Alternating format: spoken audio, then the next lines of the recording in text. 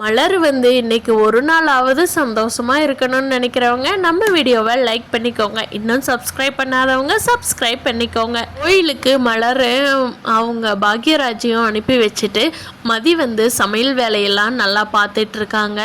அப்போது நிறைய ஐட்டம் செய்வாங்க இல்லையா மலர், அப்படி செய்யாமல் மதி வந்து ஒரு சிம்பிள் மெனுவாக முடிச்சு வச்சிட்டாங்க. சுரேஷ் வந்து வேலைக்கு போகிறப்போ அண்ணி டிஃபன் ரெடியா அப்படின்னு சொல்லி கேட்குறாங்க.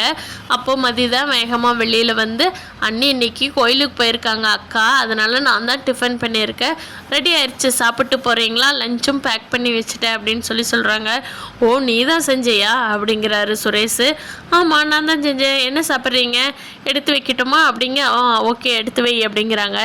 எல்லோரும் சாப்பிட்றப்போ நம்ம மலரோட மாமியார் இருந்துக்கிட்டு என்னது இன்னைக்கு என்னம்மா காரம் இல்லை, இந்த சட்னியில் உப்பு இல்லாமல் இருக்குது, அதில் வந்து என்னது புளிப்பு பத்தலையே புளி சட்னிக்கு, என்னம்மா என்ன புளிப்பு சட்னிக்கு புளி போட்டியா போடலையா, இதுலேயே இவ்வளோ உப்பு கம்மியாக இருக்குது அப்படிங்கிறாங்க.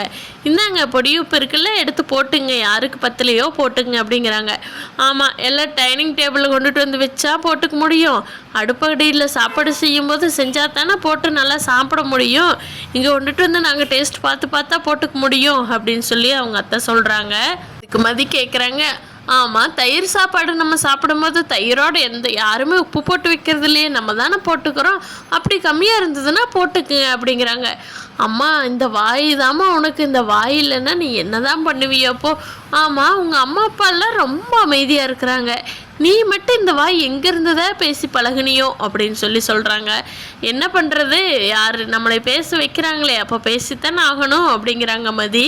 அப்போது லட்சுமி வந்து அமைதியாகிடுறாங்க, இவகிட்ட நீ பேசினா வேலைக்கு ஆகாது அப்படின்னு சொல்லி. சுரேஷ் சாப்பிட்டு முடிச்சுட்டு கை கழுவ வர்றாரு. அப்போ என்ன டிஃபன் நல்லா இருக்காங்கிறாங்க. ஏதோ சாப்பிட்ற அளவுக்கு இருக்குது அண்ணி, இதோட அளவுக்கு இல்லை, இருந்தாலும் நான் சாப்பிட்டுக்கிறேன், பேக் பண்ணி வச்சிட்டியா, மத்தியானம் எடுத்துகிட்டு போய்க்கிறேன் அப்படிங்கிறாங்க. ஓ அதெல்லாம் தாராளமாக முடிஞ்சது, நீங்கள் வேண்டான்னு சொன்னீங்கன்னா இதை நான் எடுத்துகிட்டு போயிடுவேன் அப்படிங்கிறாங்க. இல்லை நானே கொண்டுட்டு போய்க்கிறேன், வெளியில் சாப்பிட்டா வயிற்றுக்கு ஒத்துக்காது அப்படின்னு சொல்லிட்டு எடுத்துகிட்டு போயிடுறாரு சுரேஷ். இப்போ கூட கொஞ்சம் பாசமாக மதி மேலே பேசாமல் சுரேஷ் அந்த வெறப்பாவே முறைச்சிக்கிட்டே தான் போயிட்டுருக்காரு. சாப்பிட்டு முடிச்சுட்டு லக்ஷ்மியோட வீட்டுக்காரரும் மலரே ஒரு கப்பு காஃபி கொண்டா மலரே அப்படிங்கிறாங்க. அதி வேகமாக வெளியில் வந்து சாரி இன்னைக்கு மலர் வீட்டில் இல்லை, மலர் தான் கோயிலுக்கு போயிட்டாங்களே அப்படிங்கிறாங்க. ஆமாம் இங்கே இருக்கிற கோயிலுக்கு போகிறதுக்கு இவ்வளோ நேரம் என்ன பண்ணுறாங்க, புருஷனும் பொண்டாட்டியும் இப்போ தான் நேற்று கல்யாணம் பண்ணி கூட்டிகிட்டு வந்ததான் நினப்பு அவளுக்கு, என்ன புருஷன் கூட இப்படியுமா போய் சுற்றுவா, இத்தனை வருஷம் ஆயிடுச்சு, வீட்டுக்கு கோயிலுக்கு போனோமா சாமி கும்பிட்டோமா வீட்டுக்கு வந்து ஒரு வேலையை பார்த்தோமான்னு இல்லாமல் அப்படிங்கிறாங்க. அதுக்கு மதி சொல்கிறாங்க. ஆமாம் இன்றைக்கி ஒரே ஒரு நாள் தான் அவங்க பர்த்டே, வருஷத்தில் ஒரே ஒரு நாள் கோயிலுக்கு போயிருக்காங்க, அதுவும் கூட உங்களால் பொறுக்க முடியலையா, ஏன் நீங்கள் எந்திரிச்சு டீ வச்சு குடிக்க முடியாதா, காஃபி போட்டு குடிக்க முடியாதா, உங்களுக்கு கை என்ன 24 மணி நேரம் வலிச்சிட்டேவா இருக்குது அப்படின்னு யோசிக்கிறாங்க மதி. ஆனால் வந்து அதை ஓப்பனாக அவங்ககிட்ட கேட்க முடியாது இல்லையா, கேட்டால் தான் ரொம்ப மோசமான மருமகன் முத்திர குத்தி வச்சிட்றாங்க. டேப்லெட் எல்லாம் இங்கே இருக்குது, நான் வந்து காலேஜுக்கு கிளம்புறேன் அப்படின்னு சொல்லிட்டு மதி அவங்களோட பதில் எதிர்பார்க்காம வேகமாக போய் விறுவிறுன்னு போய் அவங்க கிளம்பிட்டு காலேஜுக்கும் கிளம்பி போயிடுறாங்க. நம்ம மலர் கரெக்டாக மதி கிளம்பவும் மலர் வந்து சேரவும் கரெக்டாக இருந்தது.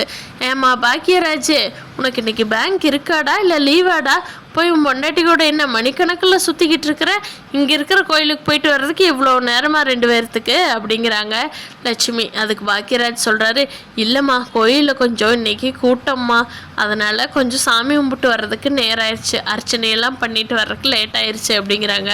ஓ இது என்ன சின்ன குழந்த பாரு, இன்னும் போய் அர்ச்சனை பண்ணி அதை பண்ணி இதை பண்ணிகிட்டு இருக்கிறதுக்கு, நமக்கு 7 வயசாச்சு, இன்னி எனத்துக்கு பாப்பா பர்த்டே கொண்டாடுனா கிடக்குது அப்படிங்கிறாங்க. அது இருந்துட்டு பர்த்டேங்கிறது எல்லாத்துக்கும் ஒரு வருஷம் வயசாகிட்டு போகிறதே தான், குழந்தைக்கும் 4 வயசாச்சுன்னா 5 வயசு அடுத்தடுத்து வயசு ஆகிட்டு தான் போகும், அதுக்காக குழந்தைக்கு தான் கொண்டாடணும் நம்ம கொண்டாடக்கூடாதுன்னா இது எந்த வகையிலைங்க நியாயம் அப்படிங்கிறாங்க.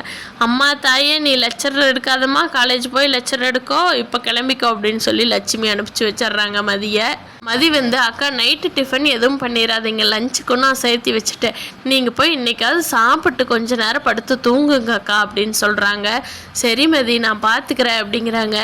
அப்போது பாக்கியராஜுக்கும் பேக் பண்ணி வச்சுருக்காங்க. 2 பேரும் சாப்பிட்டு மலர் பார்க்குறாங்க, துணியெல்லாம் துவைக்காமல் இருக்குது. அப்போது அவங்க அத்தை லட்சுமி சொல்கிறாங்க, மலரு அந்த துணி எடுத்து துவைச்சிருமா, நல்லா வெயில் அடிக்குது, துவைச்சி காய போட்டின்னா சாயந்தரமே மடித்து என்கிட்ட கொடுத்துரு, நான் பீரோவில் வச்சுக்கிறேன் அப்படிங்கிறாங்க. சரிங்கத்தா போகிறேன் அப்படிங்கிறாங்க. மலருக்கு வந்து இந்த நிலமை எப்போத்தான் மாறுமோ, பர்த்டே அதுமா ஒரு நாள் ஃப்ரீயாக இருக்க விடுறாங்களா அப்படின்னு யோசிச்சுக்கிட்டே துணி துவைக்க போயிடுறாங்க. மதி வந்து காலேஜுக்கு போனதுக்கப்புறமா சுரேஷுக்கு ஃபோன் பண்ணுறாங்க. சுரேஷ் வந்துட்டு சொல்லு எதுக்கு கூப்பிட்ட அப்படிங்கிறாங்க. கூப்பிட்டா இப்படித்தான் ஹார்ஷாக பேசுவீங்களா, கொஞ்சம் இதுவாக பேச மாட்டீங்களா, சொல்லி இப்போ எதுக்கு கூப்பிட்டா, அதுக்காகத்தான் கூப்பிட்டியா, எனக்கு வேலை இருக்குது அப்படிங்கிறாங்க. இல்லை இன்றைக்கி வந்து மலரக்காவுக்கு பர்த்டே, சாயந்தரம் ஏதாவது வர்றப்போ கிஃப்ட் வாங்கிட்டு வரணும் அப்படிங்கிறாங்க. சரி ஓகே நான் வாங்கிட்டு வந்துக்கிறேன் அப்படிங்கிறாங்க. நீங்கள் வாங்கிட்டு வர்றதில்ல, நானும் வரேன், 2 பேரும் சேர்ந்து வாங்கிட்டு வந்து அன்னைக்கு கொடுப்போம், அப்போ தான் அக்கா ரொம்ப சந்தோஷப்படுவாங்க, நீங்கள் என்ன நினைக்கிறீங்க அப்படிங்கிறாங்க. சரி நான் வேலை முடிச்சுட்டு உனக்கு கூப்பிட்றேன், வந்து கூட்டிகிட்டு வந்துடுறேன், வந்து போய் வாங்கிட்டு வந்துடலாங்கிறாங்க. சரி ஓகே அப்படின்னு சொல்லிடுறாங்க மதி. இப்போவாது சுரேஷும் மதிக்கும் இந்த விஷயமாவது ஒத்து போகுதே, அது வரைக்குமே சந்தோஷம்தான். பாக்கியராஜ் வந்து கேக்கு சாக்லேட்டு எல்லாமே பேங்க் முடிச்சுட்டு வர்றப்போ வாங்கிட்டு வந்துடுறாங்க. அதை பார்த்துட்டு மலருக்கு ரொம்ப சந்தோஷமாக இருக்குது.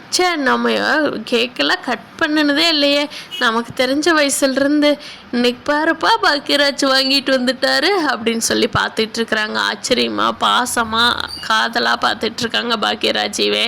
இப்போ பாக்கியராஜ் மலர்கிட்ட சொல்கிறாங்க, மலர் ஈவினிங் கேக் கட்டிங் வச்சுக்கலாம், எல்லாருமே வேலை முடிச்சுட்டு வந்துடட்டும், ஸ்ருதியும் காலேஜ் போயிட்டு வந்துடட்டும், நம்ம மதியம் வந்துடட்டும், சுரேஷும் வர சொல்லிடலாம், அப்புறம் அம்மா அப்பா இங்கே தான் இருக்காங்க, அப்புறமா கட் பண்ணிக்கலாமா அப்படிங்கிறாங்க. ஓகே. ஸ்ருதி உள்ளே வந்தவங்க, வாவ் கேக்கா எங்கே எனக்கு அப்படிங்கிறாங்க. வெயிட் பண்ண ஸ்ருதி, ஈவினிங் தான் கேக்கு அப்படின்னு சொல்லி மலர் அமைதியாக்கிடுறாங்க. லட்சுமி இருந்துட்டு இத்தனை வயசுக்கு அப்புறம் கேக்கு வேற கட் பண்ணுதா, இவன்லாம் ஏங்க இந்த பொண்டாட்டி முந்தானே பிடிச்சிக்கிட்டே சுற்றுறா அப்படின்னு சொல்லி வீட்டுக்காரர்கிட்ட பாக்கியராஜை பற்றி சொல்கிறாங்க அந்த அம்மா.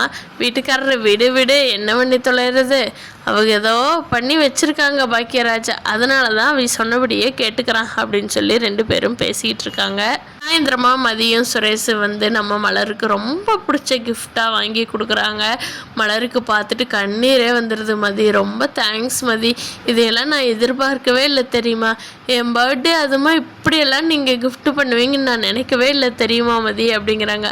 அக்கா நீங்கள் நாளுக்கு நாள் 365 நாளும் உழைச்சிட்டே இருக்கீங்க அக்கா, ஒரு நாளாவது ரெஸ்ட் எடுக்க வேண்டாமா, அதனால தான் இவ்வளோ பெரிய இது அப்படிங்கிறாங்க. சரி ரொம்ப தேங்க்ஸ் மதி அப்படின்னு சொல்லி மலர் தேங்க்ஸ் பண்ணுறாங்க. வந்து ரேவதியும் வர சொல்லியிருக்காரு பாக்கியராஜ். அப்போ தங்கராஜுக்கு பயங்கர கொம்புந்துருதா. இப்போ தான் இவ குழந்தைங்க கேக் கட் பண்ணுறாங்களாமா, இவ போகணும்னு கேட்குறா. உனக்கு அறிவு இருக்கா இல்லையாடி, போய் சமையல் பண்ணு அப்படின்ட்டும் ரேவதி வந்து சைலண்ட்டாக சமையல் பண்ண ஆரம்பிச்சிடுறாங்க. நம்ம மலரோட பர்த்டே வந்து இப்படித்தான் போகுது. நம்ம மலரை வந்து அவங்க அத்தையும் மாமாவும் அசிங்கப்படுத்துகிறாங்க. அப்போ வந்து மதியோ பாக்கியராஜோ எப்படி ரியாக்ட் பண்ணுறாங்க, கண்டிப்பாக ரியாக்ட் பண்ணுறாங்க. அது எப்படி பண்ணுறாங்க அப்படிங்கிறத அடுத்த எபிசோடில் பார்க்கலாம் ஃப்ரெண்ட்ஸ். இந்த வீடியோ பிடிச்சிருந்தா லைக் பண்ணிக்கோங்க. நீங்கள் என்ன நினைக்கிறீங்கன்னு கீழே கமெண்ட் பண்ணுங்கள். தேங்க்யூ.